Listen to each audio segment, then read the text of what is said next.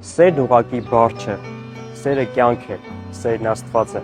սերը չի դատում, չի մերժում, չի պահանջում, սերն ապրեցնում է, բժշկում և մաքրագործում։ Աստված այնքան սիրեց աշխարհը, որ մինչև իսկ իր միածին որդուն տվեց, որպեսզի նա, ով հավատում է նրան, չկորչի, այլ հավիտենական կյանք ընդունի։ Շատ հաճախ մենք տխրում ենք, մռայլվում և տալիս ենք սեր, բայց պատասխան սերը չենք ստանում։ Բայց այն երկարատև, բարդ և նվիրական գործ է։ Այն պետք է աճեցնել, խնամել, անդադար պետք է աղոթել և անշահախնդրորեն նվիրվել այդ գործին։ Սերը միշտ հաղթում է, սերը հաղթեց նաև մահին, սերը չհպարտացավ, չնախանձեց, չագահացավ և չծուլացավ։ Ամենայն ինչ հնարավոր է բաժանել, դառնում է քիչ,